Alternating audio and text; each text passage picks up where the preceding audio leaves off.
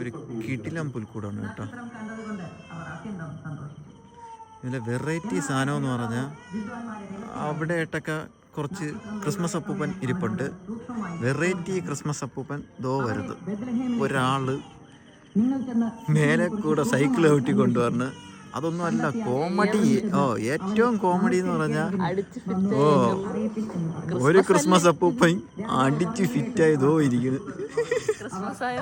ഒരു വെളിവുമില്ലാതെ അങ്ങനെ ഇരിക്കുകയാണ്. വേറൊരാള് മരത്തിൽ ചുറ്റിപ്പറ്റി പിടിച്ചിരിക്കുകയാണ് കേട്ടോ. കോമഡിയോ തന്നെ.